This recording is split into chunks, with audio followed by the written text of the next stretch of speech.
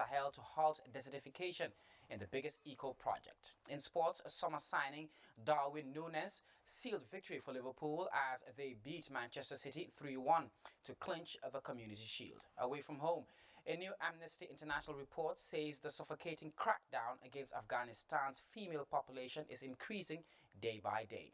Elsewhere, fire crews in the U.S. are making progress against California's largest wildfire, with more than a third of unprecedented oak blaze contained. That's on top of our stories for Newsfile this evening. Thanks for joining us.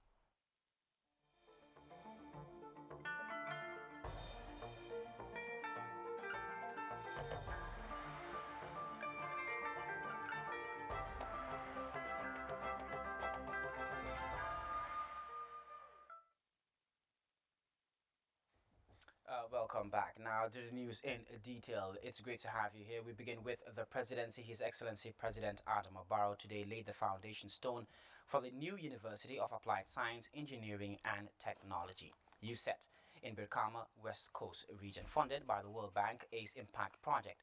The project's opening will launch the beginning of works constructing faculties for the Gambia University of Applied Science, Engineering and Technology in its new site in Birkama, where the Gambian leader outlined the deep commitments advancing government's educational transformation agenda to provide quality and relevant tertiary and higher education to Gambians. Let's take a listen to this excerpt.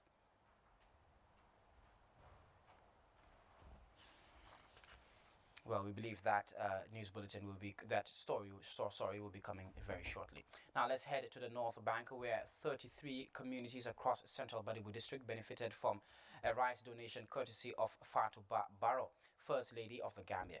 The rice consignment amounting to 50 bags was given to women farmers in the North Bank region communities to boost rice production in the area. Farmer Kani tells us more. These bags of paddy rice are donations from Fatou Barrow, First Lady of the Republic of the Gambia. It's a customary practice from the office of the First Lady accorded to these communities across Badibu. The support aimed at promoting rice production and productivity across the region. District officials, including Chief Alhaji Jan, thanked the First Lady for the support. In his address, he said rice is a staple food in the Gambia. Any support to boost its production is considered a step in the right direction. Access to viable seeds still remain a challenge to many farmers across the regions. Women who are engaged in the rice production will often go through the hardship throughout the production period. With this support from the First Lady, farmers can now have access to assorted seeds and on time. Aida Kamara of Badibu Mintekunda, Sute Sahna of Mandori, and Fatou Keta of Njabakunda all thanked the First Lady for her contributions towards the promotion of rice production. The cost of fertilizer forced many of the women to send this passionate plea to the First Lady. They called on her office to support them with fertilizers to boost their productivity. For the news, I am Farmer Kani. Of Communication and Digital Economy Friday graced the signing ceremony for a partnership agreement between Gtel and Senegalese telecoms company Free at a colorful ceremony in Kololi. The agreement is designed to improve Gtel internet services and strengthen the international communications gateway. Ibrahim Jallo reports. The Gambia Telecommunications Company, Gtel, has signed a master service agreement for a cross-Gambia 2 network with a Senegalese telecom company called Free. The service agreement is meant to enhance the capacity of Gtel in improving internet connectivity and the control of international traffic of communication services. The lead counsel for Gtel, Lamin Jabi, specified that the master service agreement was agreed upon following a thorough emphasis on capacity for effective service delivery by the contracted company. We discussed very frankly and openly, and almost all the members of the team are people with some deep understanding of the requirements of network management and network contracting. So I suppose the first challenge I would just want to share with you shortly that we have discovered in the course of this negotiation or the drafting of the document is the issue of capacity. The general manager of Free Business Company, Mumudum Beng, expressed delight in securing this mega agreement with Gtel. He said his company is committed to delivering innovative and quality connectivity services for Gtel. As of today, we have agreed with Gtel and Free will provide 2 dark fiber lines that will cross Gambian territory, and in return, we will provide Gtel with an internet connection with a capacity of 8 gigs. In addition, our new partner, Gtel, will be able to benefit from the special commercial offer for the rental of additional internet capacity, tipped to an additional of 5 giga. Lamin A. Tunkara is the managing director of Gtel. He said the company is unleashing its ambitions to meeting its obligations. According to the Gtel boss, the quest for a fast, reliable, and accessible telecommunication services remains central to the company's agenda. He said strategic points have been mapped out to install the infrastructure required for the operations of the projects. It is not only important to be connected, but to be connected fast, anywhere and at any time. This is what all consumers want around the world, and in the Gambia here, we are no exception. We have an OSN place at Farafenye, OSN place at Soma, OSN place at Serakunda and Banjul, 2 amplifiers at Serakunda, 2 amplifiers Banjul, 2 amplifiers Soma, 2 at Farafenye, and 1 amplifier at Boyam and Kerawang each. The Minister of Communication and Digital Economy, Usman Ba, acknowledged that it was important to realize the need to move into partnership for standard. He said this move will enable Gtel improve on its services and generate more income for national development. Proper preparation prepare you for proper performance. And it is now I see that Gtel has pivoted for the noise that have been stated over the last 2-3 years. Gtel is about to go down, and people were worried, morale were low, and so on. But I think when you're doing the same thing every single day, and you're seeing the same result, that tells you your strategy is not working.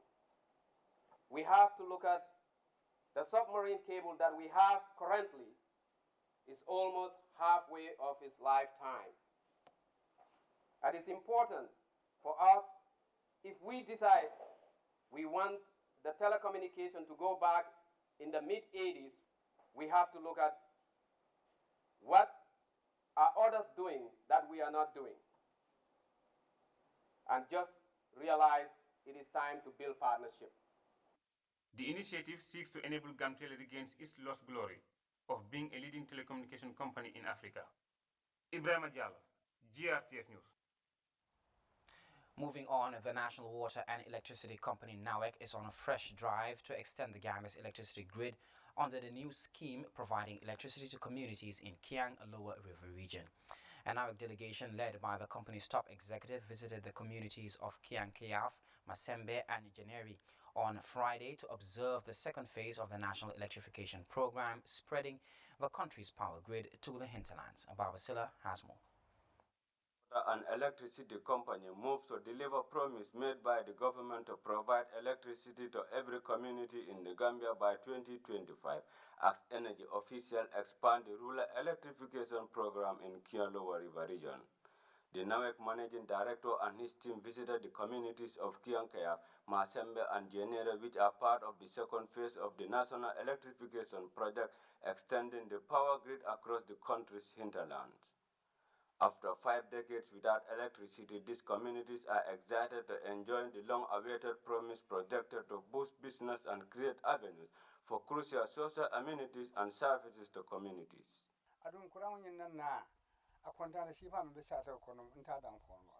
Because ala sort of bale toro men ken nga ugela ntolo ka boja nen kata gala so san soma gala din killing das talu ya lo ko la yoni nda wala so ko ba ma bala be kam ma bono ko na ma be be tinyala nun to mo le men non tol ma wono ka subo kan de ka ma ba ko wati jang samu sol mo wono o toro be ala ke nin kuran so taw be balan kan.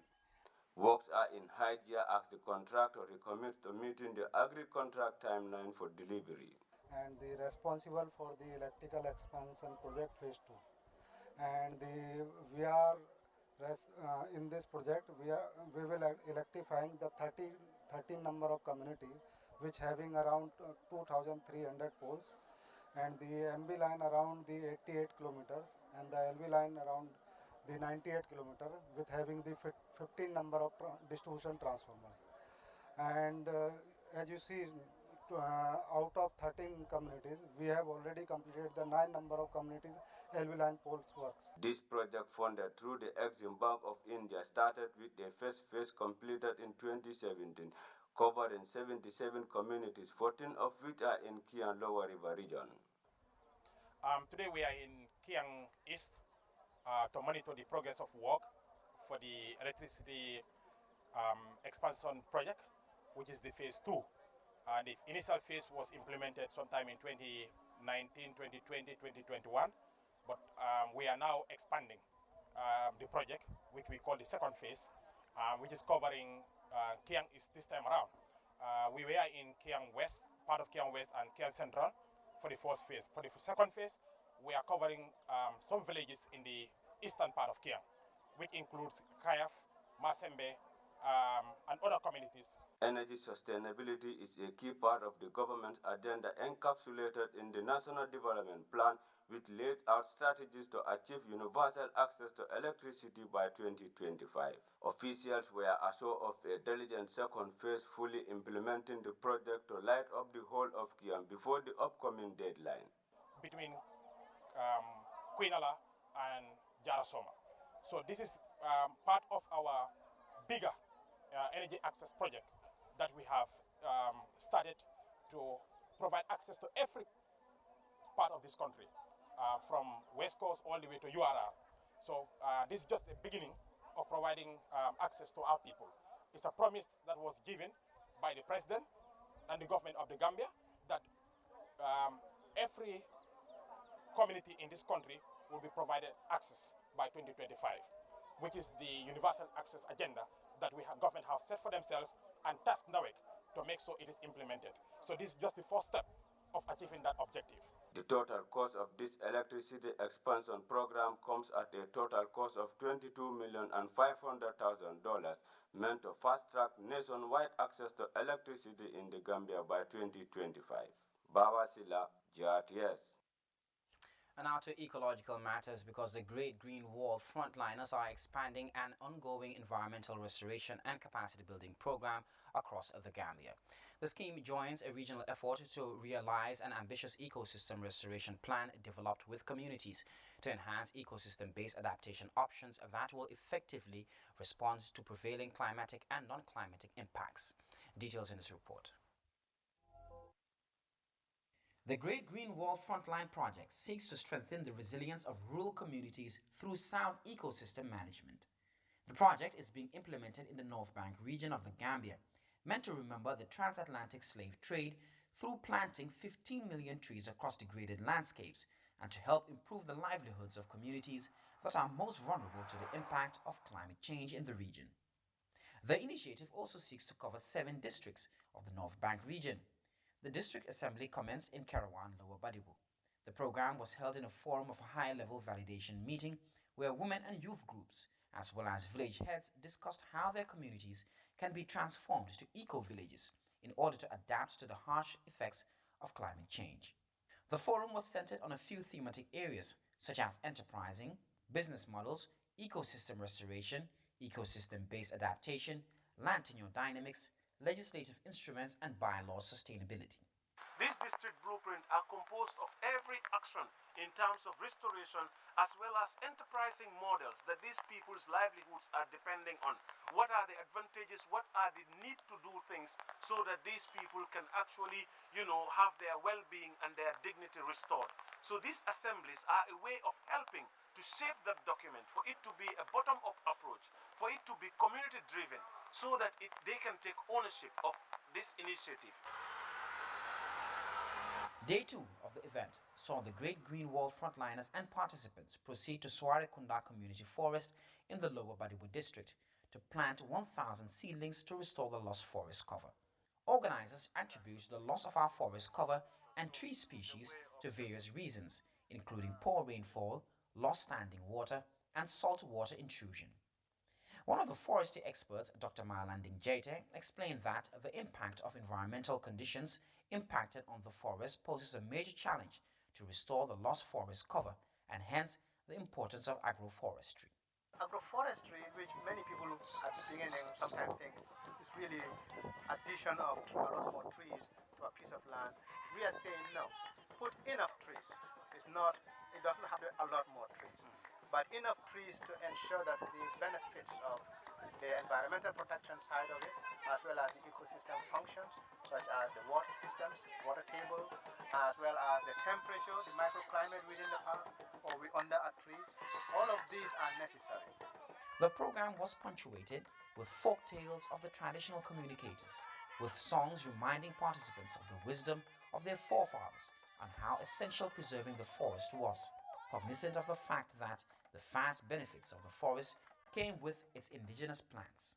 One of the youth leaders, Mariama, joined the exercise and highlighted the numerous health and nutritious benefits that can be derived from growth of indigenous trees. It's important to restore this forest because some of these trees that we plant here are used for traditional medications, like some of them are herbs that people use, and some of them also give us like food, help us with having food, like the baobab and some of the other plants that are here. The forest restoration exercise ended with participants pledging to fulfill and implement the Great Banjul Declaration penned by the late statesman and former president Sir Dawda Kairaba.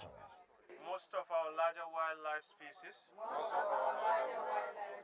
have disappeared together with the original forest cover. The survival of the wildlife still remaining with us, and the setting aside of protected natural habitats for them is the concern of all of us. Reporting for GRTS News, I'm by Ibrahim Chan. Well, what an ambitious crusade there. We have advocate Kemo Fati, who is leading the Great Green Wall Gambia project, joins us to expand this discourse. Welcome to Newsfile, Kemo. Thank you for having me, Bai. First of all, you've launched the district assemblies and you're working towards having a blueprint. Tell us, what will this manual entail? Well, for a long time, when projects are to be implemented, we have this saying in our campaign that says that the pen cannot decide for the hoe how exactly the soil is to be tilled. You can't write for a farmer on a piece of paper, put the hoe at a 70-degree angle. So you pull the soil. The farmer already knows this. So the blueprint is an idea to actually tap into the wisdom of these communities. For so long, the communities are being patronized as if they cannot do it themselves. So people will live here just to be with them for a few time, just a couple of years, implement a project, and later on they leave. But nothing remains with the communities because all the learnings are taken. It's not a bottom-up approach. So our idea is that, these people understand their land better than us. They see the changes that is happening. So our job is actually to enable and activate these communities to actually take action themselves. Nobody is going to come from outside to fix your own house for you.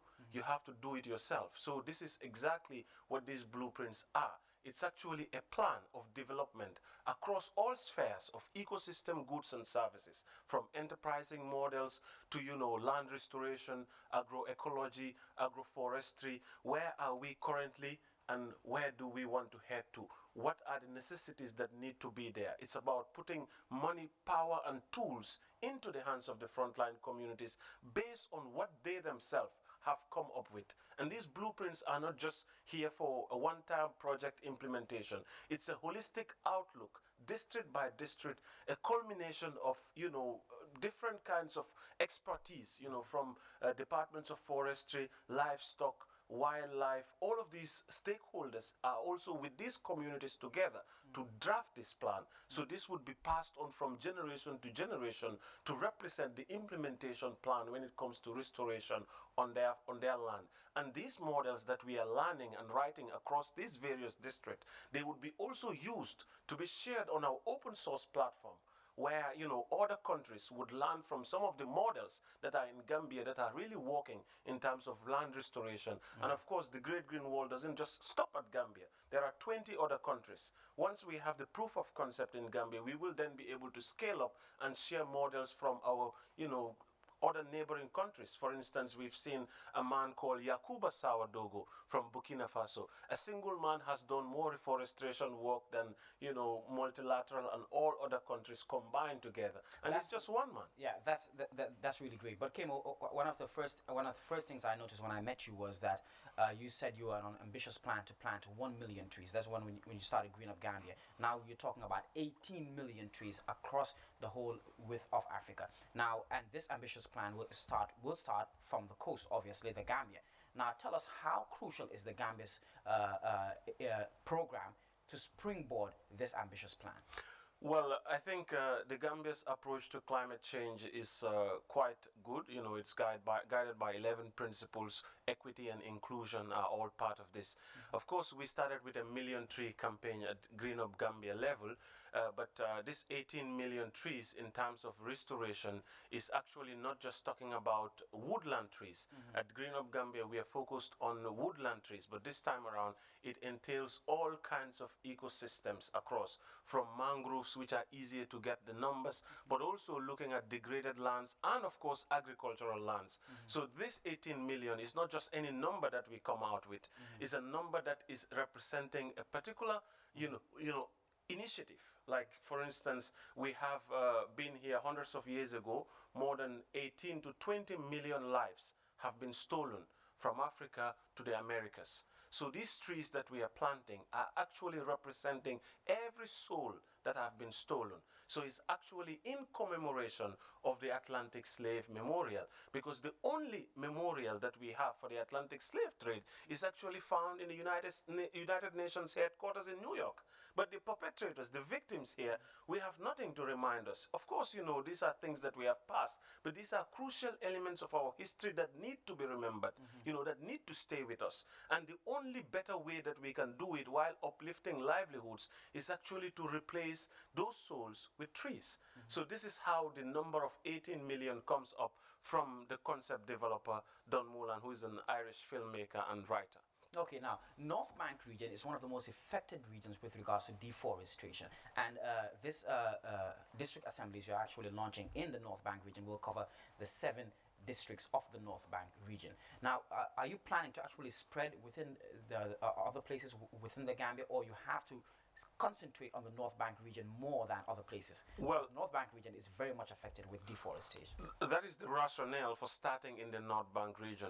But like I say, the Great Green Wall is a mosaic of different interlocking restoration initiatives, not just the North Bank region, but starting from the Senegambia region itself, stretching all the way down to Djibouti. North Bank is a starting point because it is one of the regions that have historically suffered desertification. People have seen how, the landscapes around Badibu have continually degraded and are continuing to denude more and more. We have seen the treelessness in those places. So in the end, it's about, starting where it matters first, where the priority lies. Because how we have seen our ecosystems is that if today, for instance, we evacuate everybody from the North Bank region and give it the place like a period of 30 years, the ecosystem will regenerate. The place will restore itself based on its ecological memory. Yeah. So that means that, we still have our land intact.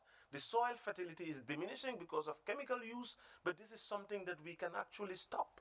So this is why we say, let's actually focus on where it is needed most, the North Bank region. But Kemo, history is actually repeating itself. 18 million souls was stolen away from Africa, but now, I won't say 18 million, but quite a substantial amount of people are actually willing to take the sea and actually go to Europe. Yes. Now we're losing our youth. Is climate change part of this? Well, I essentially would affirm that, most of the young people who are leaving this region, the Sahel region, and migrating not just to Europe and Americas, but even to the urban centers. These are climate refugees because the only factor of production they have, the land, is losing its value. So staying there becomes pointless when you look at how the agriculture has been diminishing over the years because of the declining soil fertility. And what you have rightly said is actually very true. Hundreds of years ago, the Europeans were at the shores of the Atlantic, packing us by and force. And today, in 20, coming down to just recent generation, we are doing it voluntarily and in much more harsh conditions. I've spoken to some of the youth in who have gone through this, and I have seen how much they have went through. Even traveling through Libya and all of these desert routes. How much stress that they are facing. So we created this situation once more by putting our focus on where it shouldn't be. Essentially what we should be doing as, countries across the Sahel, even when it comes to our national development plan, it should be reprioritized. The greenery should actually be on top of everything. Because if we lose our green, we lose our ability to feed ourselves. Once we lose our ability to feed ourselves, is the day we can't speak truth no more. The day we can't speak truth is the day we fall into anarchy and chaos will just prevail. So this is something that we need to really pay attention to. The Green League. That's Kemo Fati, the country director for the Great Green Wall, speaking to us here on a Newsfile. Many thanks for joining us. Now, staying with environmental preservation efforts, because hundreds of youths converge in the coastal town of Gunjur on Saturday to restore and revive the environment by planting more than 1,000 seedlings. As Useful Bojang tells us, the tree planting campaign is part of ST Foundation's A Million Tree Initiative to combat climate change. A major tree planting initiative to replenish depleting biodiversity brings together the entire community of Gunjur and beyond. It is a massive response to ecological protection spearheaded by the ST Foundation, which is moving to expand its Million Trees initiative across the Gambia. According to the organizers, the tree planting campaign is driven by current levels of environmental damage and eco-depleting, needing urgent intervention to achieve the United Nations Sustainable Development Goals SDGs 13 and 15. The exercise attracted multiple partnerships, including Dindi Yuroa Federation and the Gunjur Youth Movement, among others. Speaking to GRTS shortly after the exercise, celebrated Gambian rapper Sana Singate, fondly called ST, said the realities of climate change is all around us in ways requiring people and communities to responsibly contribute to the rejuvenation of lost forest cover. Definitely, to build our environment, because we all know, like, without trees, there's hardly life, ST reiterated his foundation's resolve to support climate action by planting 1 million trees within 5 years. The national coordinator of the ST Foundation, Aliu Badra Sow, hailed the historic tree planting campaign, saying the restoration of the environment is everyone's business.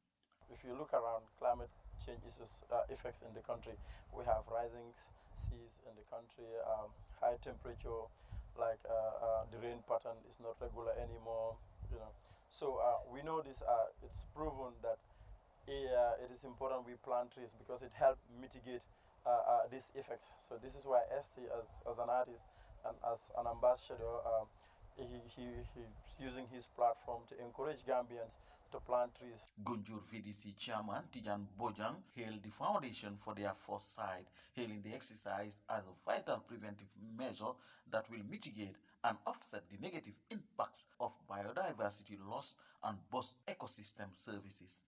If you compare the rainfall distribution in this country, you'll find out that the western part of the country receives more rainfall quantity on average than any other part.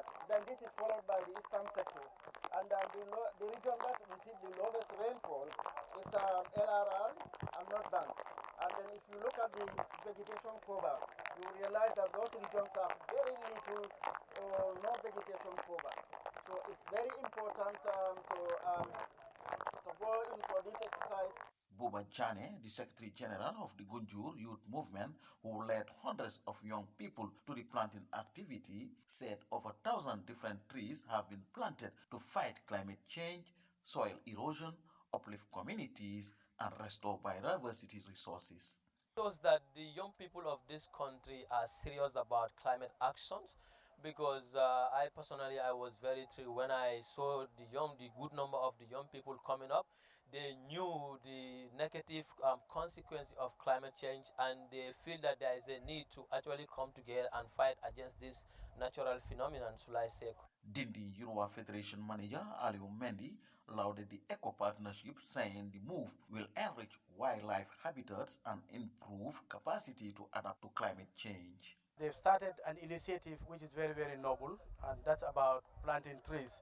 We know the importance of trees actually. So as we are planting trees, ST Foundation also is planting trees. We find it as a very fitting partnership, and this is why we are partnering with him. Ecosystem restoration at a global scale is an important driven being undertaken to mitigate the ecological crisis currently facing the world, with experts warning time is running out to protect the biodiversity for future generations. Yusuf Bojang, GRTS News.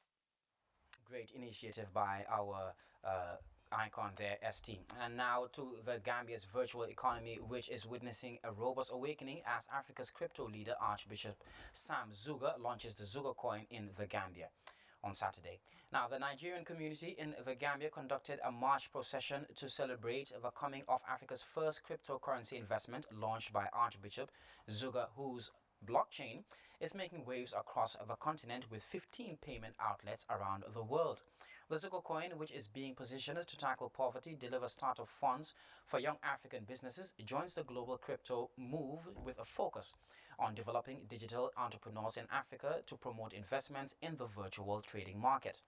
It's the first emergence of crypto in the Gambia, where a new digital economy and communications ministry is moving to bridge the technology gap and enhance the country's quest for a fully operational digital economy embracing virtual markets and capacities.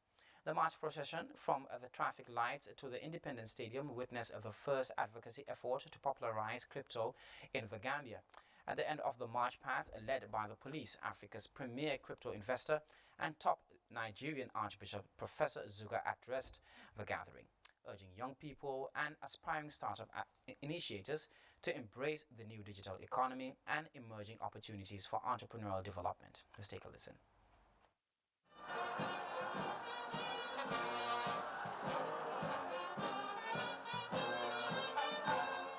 I want to let you understand that everything in this life has expiry date. Even God, his name is the beginning and the end. He's in charge of the beginning. He's in charge of the end. So that means he's living from the beginning. He also knows where the end will be. He's living in eternity, but we are living in time. So there is an expiry date for everything in life. Today I want to let you understand the identity of poverty on Africa. The expiry date has finally arrived.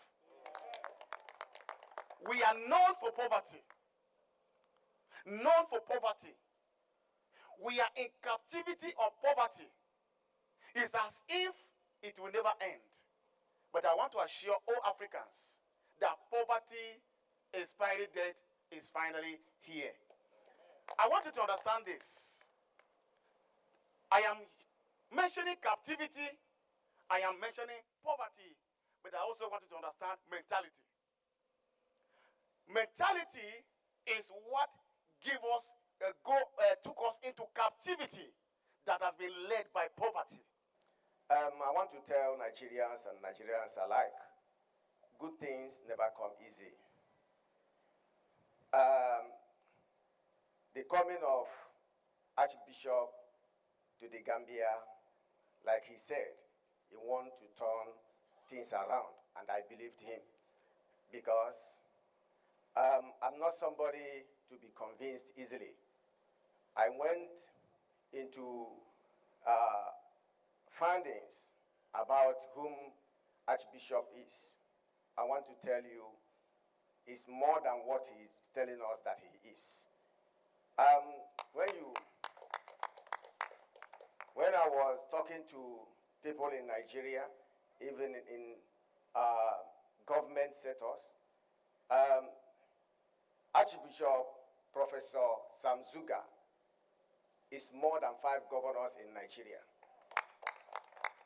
I must tell you this. But good things never come easy. And that is why a lot of people are not here today. But I want to tell you, he's coming to Gambia, and Africa as large are going to benefit from this noble gesture. The National Council for Civic Education, NCCE, recently organized a day-long dialogue between decentralized structures and grassroots political actors in the Lower River region. The interface aimed at strengthening peace and social cohesion ahead of the 2023 local government elections was supported by UNICEF through the United Nations Peacebuilding Fund. Usman Balde reports. The event was held on the theme Enhancing Mutual Understanding, Tolerance, Peaceful Coexistence and Collaboration among Local Authorities and Political Actors at Grassroots Level. It required to enable stakeholders to discuss issues that would remedy political problems among Gambians ahead of the 2023 local government elections. Speaking at the forum, the Senior Program Officer NCCE gave an overview of the program. This engagement also helped to build the capacity of the stakeholders present here on the concept and principle of democracy, democratic government, fundamental rights, and respect for rule of law. Distinguished participants, ladies and gentlemen, being an electronic cycle requires constant engagement to reorientate the citizen, sensitize and educate them on their civic right and obligation to be able to meaningfully and responsibly exercise their political rights while maintaining peace throughout the process.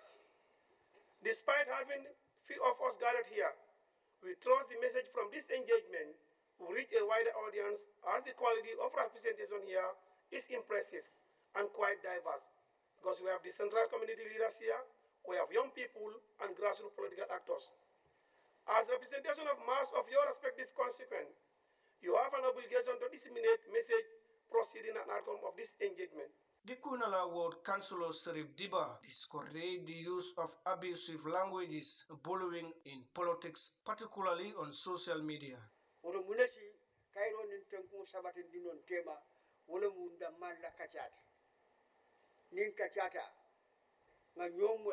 Nga na daji kol falim politiko kono politiko man na nyina pour fitino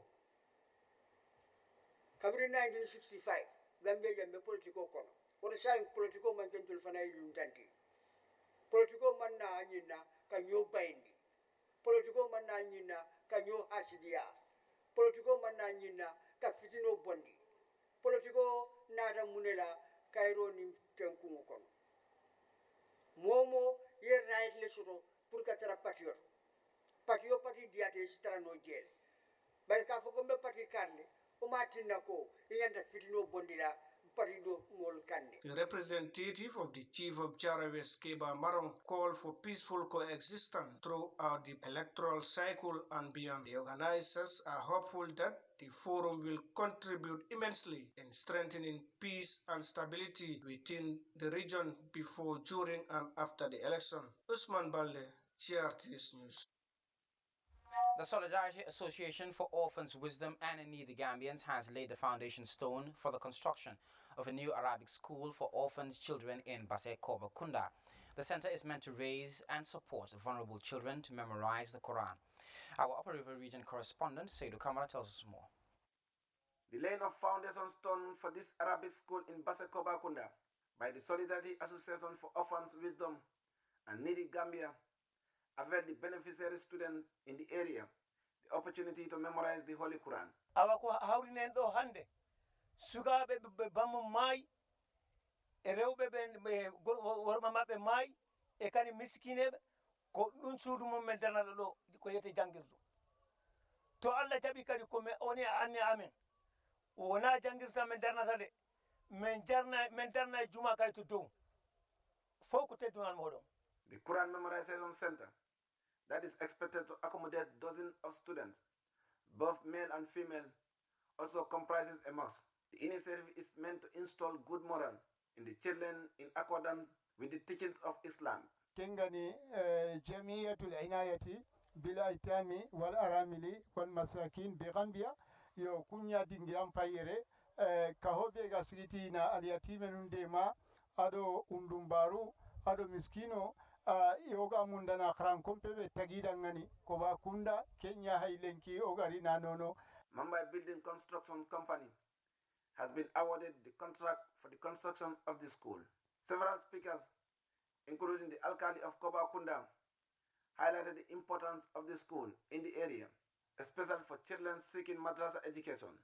The community of Kobakunda joined the Solidarity Association for Orphans to further solicit support from philanthropists, NGOs, and other donors agencies to complement their efforts in completing the school as soon as possible. Seydou Kamara, reporting for JSS News from Basse Upper River Region.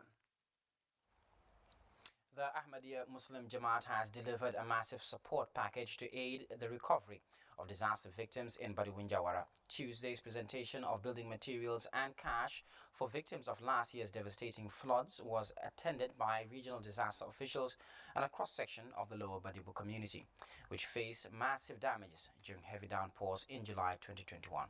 Baba Silla reports. Well-timed support package finally arrived from the Ahmadiyya Muslim Jamaat for flood victims in Badibunjawara, where heavy downpours ravaged homes and property in July last year. Last year's flooding significantly ravaged rural communities, destroying homes and houses, with unprecedented loss of lives and property in many parts of the Gambia, including Jawara village Lower Badibu, which was badly affected, with 2 young men losing their lives in the incident. The package comes with much-needed material and cash to rebuild their lives as Jamaat expands programs aiding the recovery of disaster victims across the country. The NDMA Regional Coordinator for the North Bank region, Mr. Lamin Sedi, described the Ahmadiyya Muslim Jamaat as reliable partners whose interventions are helping the government to The NDMA Regional Coordinator for the North Bank region, Mr. Lamin Sedi, described the Ahmadiyya Muslim Jamaat as a reliable partners whose interventions are helping the government to deliver vital support to disaster victims. Ndawara village Alkalo Adabhadi Pandit hailed the Jamaat for their real-time assistance, saying Ndawara is the second home of the Ahmadiyya community after the Njawara village Alkalo Adahadi Pane hailed the Jamaat for the well-time assistance, saying Njawara is the second home of the Ahmadiyya community after Banyun. Earlier this month, the Jamaat made a donation of food items to over 45 families in KMC who were affected by fire incident. This is their second big intervention within a month. Complementing government's effort to facilitate disaster recovery for victims, the Ahmadiyya Muslim Jamaat is extending a committed support initiative providing life-saving assistance for people and communities facing the impact of natural disasters. Baba Sila, GRTS. You're watching GRTS Newsfile live from Banjul. A reminder of our top stories. His Excellency President Adam Barrow lays the foundation stone for construction works building new facilities for the new University of Applied Science, Engineering and Technology in Birkama. Expanding the National Electrification Program, NAWIC moves to light up all communities in Kiang as they expand the country's power grid to the hinterlands.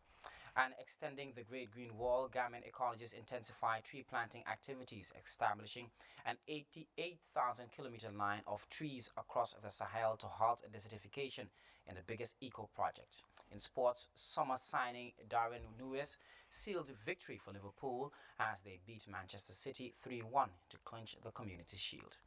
Away from home, a new Amnesty International report says the suffocation crackdown against Afghanistan's female population is increasing day by day. Well, that's all for that's coming up, and that's all coming up after this break. Do stay. Always thirsty for more. A team of superheroes with special powers unite to redefine the way we are connected. Big Farber and Pegas steps up your communication with the DOK service, giving you 1,000 minutes of talk time to one special person for $150 is only. Valid for 1 month. Enjoy your talk time. Type SUB and send by SMS to 135 to activate the TOK service. AfriCell got office with the power to change the world. AfriCell is setting trends once again. I'm sure you still love WhatsApp, Facebook, Instagram, Twitter, Snapchat, and Viber. Your favorite GSM operator, AfriCell, knows this. That's why you can now enjoy more at the same price. Activate the social media bundle and be online for 24 hours for $10 is only. Hello! Activate the social media bundle for $10 is only and receive 40 megabytes. Where AfriCell goes, nobody dares to follow.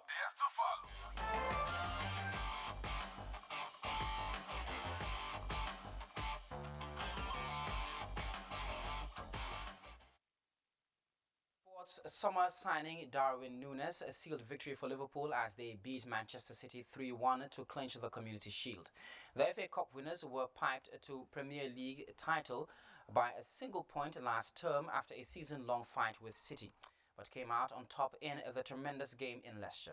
Playing at the King Power Stadium, the two sides fought a strong Community Shield battle, with Reds full-backed Trent Alexander-Arnold scoring the opener in a curling effort from the edge of the box, which took a slight deflection off Nathan Aki and nestled in the far corner. The Community Shield, the Football Association Community Shield, is English football's annual match contested at Wembley Stadium between the champions of the previous Premier League season and the holders of the FA Cup. Now, another quick break. Newsfile continues in just a moment.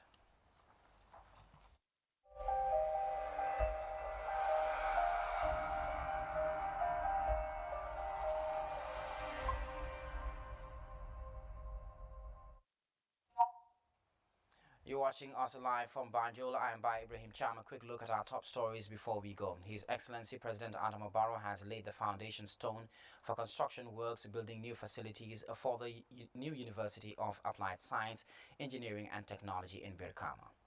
Expanding the National Electrification Program, NAWEC is moving to light up all communities in Kiang as they expand the country's power grid to the hinterlands. And extending the Great Green Wall, Gambian ecologists are intensifying tree planting activities, establishing an 8,000-kilometer long line of trees across the Sahel to halt desertification in the region's biggest eco-project. In sports, summer signing Darwin Núñez sealed victory for Liverpool as they beat Manchester City 3-1 to clinch the Community Shield.